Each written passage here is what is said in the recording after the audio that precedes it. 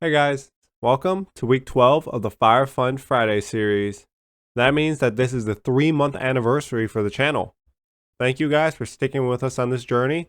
This is just the beginning for the channel, and I can't wait to see where this takes us. On this channel, I talk about all things finance, wealth building, and how you can achieve the life of your dreams through financial independence. If you want to join me on this journey to financial independence, go ahead and hit that subscribe button. This was a wild week.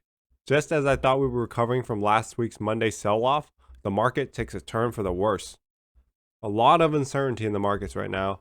The US government just barely avoided a shutdown, but there's still no word on how the debt ceiling crisis will get resolved.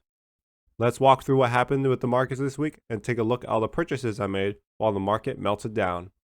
Alright guys, so the first thing this week that caused some pain in the market was that the US government's fiscal year was set to end on September 30th at midnight. For most of the week, they could not agree on a bill that would have funded the government through next year and increased the national debt ceiling. This caused the possibility of a government shutdown, which spooked the markets pretty bad, causing a slow bleed over the course of this week. But on Wednesday night, Congress agreed on a stopgap measure that would keep the government funded into December 2021. I thought that would cause the markets to stabilize a bit, but boy, was I wrong. The market still dropped hard on Thursday. And like I said last week, I don't think the pain is over yet, because there's another big deadline coming up on October 18th for the government as well, the debt ceiling. So let's take a look at what the debt ceiling is. I like this explanation right here. The debt ceiling is like the country's credit card. The government is pretty much about to max out that card, and if that happens, the US basically won't have any money to pay its bills. Financial experts have testified to Congress this week that if the US defaults on its debts and it can't pay its bills, it would cause a financial disaster. The US has never even missed a payment. This would cause ripples into the world's financial system. The world's governments would lose trust in the US dollar. This is a big deal, and that's why I don't think the members of Congress will allow that to happen, whether they're Republican or Democrat. The US Treasury said they will run out of cash on October 18th, so we'll just have to keep an eye on the markets and hold on this roller coaster ride. I have been telling you guys for a few weeks now that I've been stockpiling some cash, and I'm slowly dollar cost averaging into the market. Don't just dump all your cash into the markets on the first red day you see.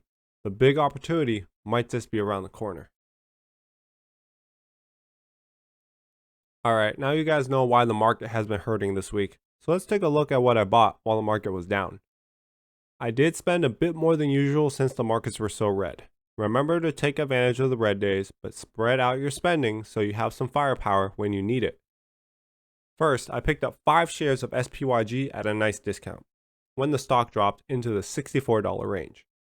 You guys probably know I normally only pick up 4 shares a week, but it's okay to spend a bit more during a sale. We're up to 35 shares in the portfolio, and the purchase gives us $2.27 in annual income. I did stop buying DIVO like I said in last week's video, so I was able to invest heavier into these 3 covered call ETFs, which makes up the core of my quadfecta strategy. If you're new to the channel and want to find out about the quadfecta strategy, I'll leave a link to that video in the description below. The next stock I purchased was NUSI. This covered call ETF offers downside protection, and it only dropped about 50 cents per share this week while the rest of the market bled out. I picked up 13 shares this week, bringing the total in the portfolio to 41 shares. The 13 shares I purchased this week provides $26.81 of annual dividend income. Not too shabby. Below that, we have RYLD, the highest dividend payer on this list. I've said that I want to invest heavily in this position, and the dip this week helped me do that. These covered call ETFs don't grow much, so buying them during dips provides the most upside potential. I picked up 10 shares this week, which brings in $29.03 of annual dividend income. Once I round out my position in Horizon Technologies, I will probably divert all those funds to this stock. Next, we have QYLD. I've spoken to a lot of people who have this as one of their retirement stocks, and they usually try to pick it up right around the $22 mark or below. $23 is a high point for QYLD, so when it dropped into that low range, I jumped in on it. I've picked up a lot of shares of this in the last week and a half. This week during the dip, I bought 10 shares, bringing the total number of shares in portfolio to 31. The 10 shares generates $26.20 of annual dividend income. Lastly, I picked up 14 shares of Horizon Technologies. This stock seems to keep dropping lower, but it does have an extremely stable dividend, paying 10 cents per month for the last few years, which is pretty high for a stock this low cost. I'm going to continue picking up shares of it until I have about 170 shares, but after that, if I see the stock price drop into the low $15 range, I'll probably end up buying a few more shares, probably until I own about 200 of them. This week's 14 shares I purchased brings in $15.71 of annual income.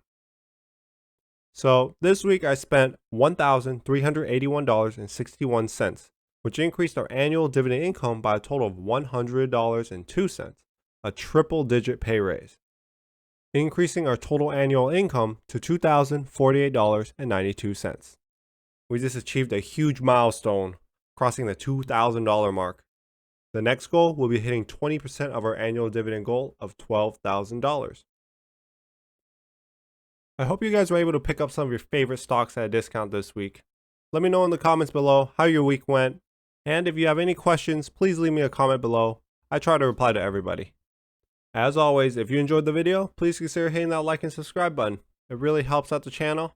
And thank you for taking the time to spend another Fire Fun Friday with me.